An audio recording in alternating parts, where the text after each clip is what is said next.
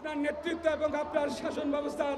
প্রধান উপদেষ্টা অধ্যাপক ডক্টর মোহাম্মদ ইউনূসের পদত্যাগের গুঞ্জন যখন চাউর হয়েছে বিভিন্ন মাধ্যমে, তখন এ নিয়ে মন্তব্য করেছেন বিএনপির বিভিন্ন পর্যায়ের নেতারা।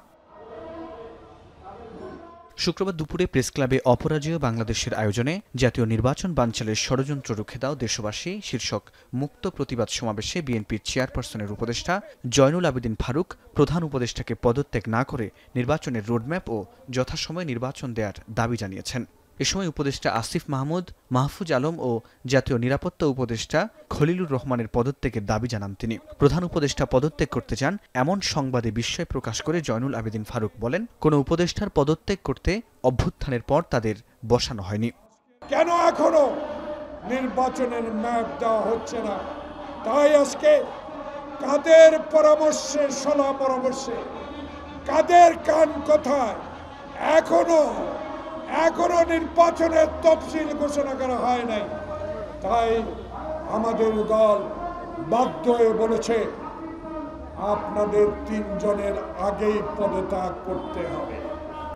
এদিকে দুপুরে নরসিংদীর মেহেরপাড়ায় শহীদ আরমান মোল্লার পরিবারের সদস্যদের সাথে সাক্ষাৎ করেছেন বিএনপির সিনিয়র যুগ্ম মহাসচিব রুহুল কবির রিজভী। তিনি সেখানে বলেন, বিএনপি ক্ষমতায় গেলে জুলাই আন্দোলনের সকল শহীদ ও আহতদের দায়িত্ব নেবে রাষ্ট্র। বিএনপি যদি ক্ষমতায় আসে, প্রতিটি শহীদ এবং যারা আহত হয়েছেন প্রত্যেকটি দায়িত্ব তখন রাষ্ট্র দায়িত্ব পালন করবে। তাদের প্রত্যেকেরই চিকিৎসার খরচ এবং যে পরিবারে যারা শহীদ হয়েছেন সেই পরিবারের দায়িত্ব রাষ্ট্র বহন করবে। এদিন বগুড়ায় অনুষ্ঠিত হয়েছে তারুণ্যের ভবিষ্যৎ ভাবনার শীর্ষক সেমিনার। মমইন কনভেনশন সেন্টারে রাজশাহী ও রংপুর বিভাগের মেধাবী তরুণরা এতে অংশ নেন। এ সময় বিএনপি নেতা নজরুল ইসলাম খান বলেন, বিএনপি ক্ষমতায় এলে বন্ধ কলকারখানাগুলো খুলে দেওয়া হবে। আপনি কারখানা বন্ধ করলে তো উৎপাদন বন্ধ হয়ে যায়, আর উৎপাদন বন্ধ হলে উন্নয়ন হয় না।